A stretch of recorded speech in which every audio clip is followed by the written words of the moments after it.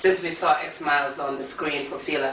But this time around, he brought us a very, very, very interesting segment. He had a discussion with 3 key players in the music scene, someone from the old school, someone from mid-generation who helped in production and helped actually build the new school of Gambian music, and also someone who can be called one of the pioneers of Gambian music. And in that order, I'm talking about Uncle Senemi Taylor, who was part of the Super Eagles, a very, very great instrumentalist, and also Uncle Wale Rindal, who has been a great producer, who has helped a lot in building the new school Gambian music scene, and also Tiju Brain from Pepper House Crew. And as we all know, Tiju Brain represents our generation, and he has a whole lot to say about that as well. But right now, we're going to go with the first part of this discussion. It's a very lengthy one, so we decided to cut it up just to keep you all in suspense so you guys can enjoy this. But this is the introductory segment, the introduction of the discussion called Bridging the Gap from the old school to the new school, from Swing Kotoi all the way down to Swing Halei. Enjoy this. This is one segment. This is a discussion that every single Gambian should watch, especially the artists, the producers, and the people who are key players or playing a role, a very important role in what is called the Gambian music scene today. It's a very important thing for you guys to watch. So much you can learn from. So enjoy this.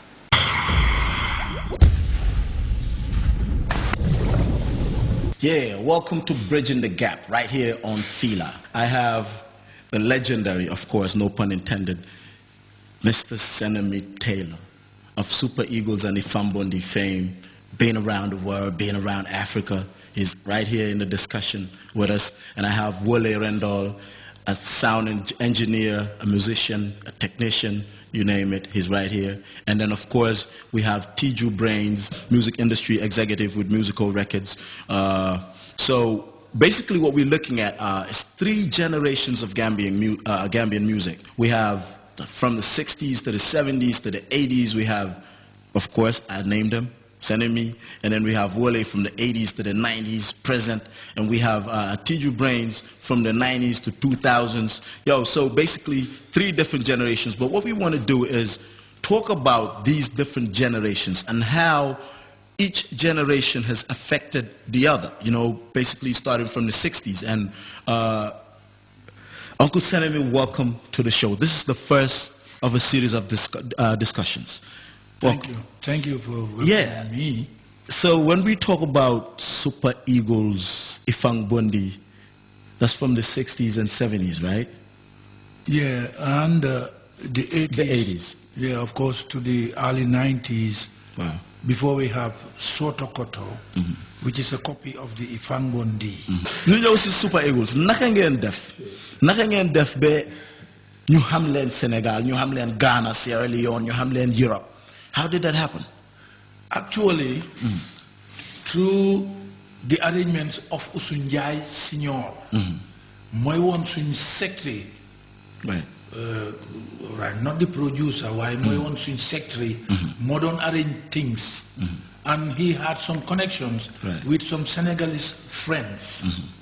So noonu lañ arrangé pour ñun ñu dem Sénégal in 67, that is after bi Solo Dabo been supported through Ismaila Wada. I'm always saying this in London. Gambians lañ. Naka fii lañ dëkkoon na. Who's Solo Dabo? What do they do? Like Solo Dabo is musician lañ na.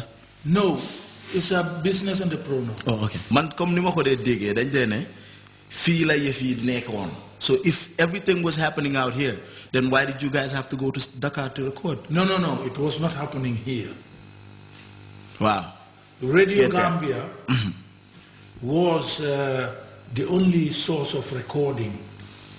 And they had a very small studio, half of this studio here.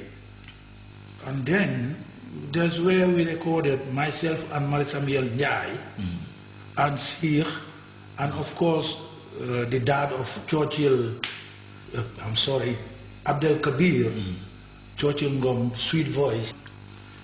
Li tax mu nekkoon Sénégal ñoo amoon studio bu gën a rëy ci seen radio bi Wale is in the house. Wale is a sound engineer, he's a musician, he's a technician, he's everything, a producer, you know, the whole 9 yards. Mondak, I believe you started out in the 80s. Well, as a musician in the 80s, 83, my mom got me my first guitar. Wow. 83. But, so you didn't make your first guitar? No, I didn't. I did it. Right. Yeah. Give us the story. Yes, I started as a musician, but then I was playing in it was a religious group, Bible club. I was a guitarist with other guys.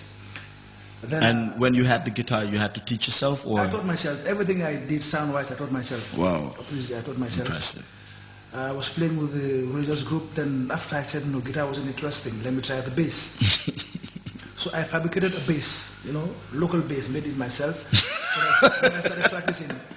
Then, at some point, you have to make your own. Gradually, I was given a bass guitar as a birthday present by a close friend of mine. Wow. So I started working it out myself, the hard way though, and finally I got there. And then I was then the band leader and bass man for the late Usule Njai. Yeah, so Hamnane Dal, man bima ham wole was in the 90s. Yeah. You know, Lega Linga Diga in a production, wole. So it was the name before Maham Wole, yeah, you know. By that time I was because it was through Usule Njai that I went to Yellowgate Studios with Elena. And I did a lot of productions there. Pinjabi, what's the name again? Fugitives. I did their first single, JGJ, Jigangwe Johnson, and a whole lot of others. And I was there like from 98 to... So what's the story? How did you were a musician, how did you playing sound engineer? Playing the bass, right. At the same time studying the mixer. Producer. I also play the bass and mix at the same time. But what I did, I had a small 2-octave keyboard. I put it on drums, you know. I click on C1. I listen to the sound of the drums. I go to the mixer. The drummer gives me the bass drum. I try to EQ it to get the same sound. I do the same with the bass guitar. I strike the bass guitar, go to the keyboard, and on the EQ I get the same sound. I learned the hard way. So it's like on some self-taught kind of a thing, you know. I mean, why was this though? Because Amut Fen Folen Kojange. Yeah, by then, like you said, Mr. Pai, I did piano lessons with Mr. Pai, but I wasn't interested in piano. I used to go to classes. And my dad used to beat the hell out of me. I wasn't interested in piano. I wanted to be either a bass man, a bass man actually. I wanted to be a bass man. I'm a sound engineer. Sound engineer. Yeah. So gradually, I picked from there, and God helped me. Things came just like that. For me, all I do now is a gift. Yeah, I never went to university to do music or to play the big guitar. I'm a mechanic. I'm a fully qualified mechanic. Self-made musician. Yeah. So I was at Yellowgate. From Yellowgate, I went to Nananbi Studios with Maibu. Then I met Tiju. We did some stuff together. Penjabi, Galaxy, Surgicals, just name them. A lot of productions I did there. Seeing as you were older than Kumelni Tiju, for instance, right? Your music don't come out with, because they came out with maybe urban music, Bohamne, you know, it was very raw, very you know. How did you manage to work with that? Because you know, you're from a background of playing an instrumental, recent generation, maybe hitnaranga scratch, beatbox filler or something else, you know, just some of that raw sound. You know, I believe it came from God.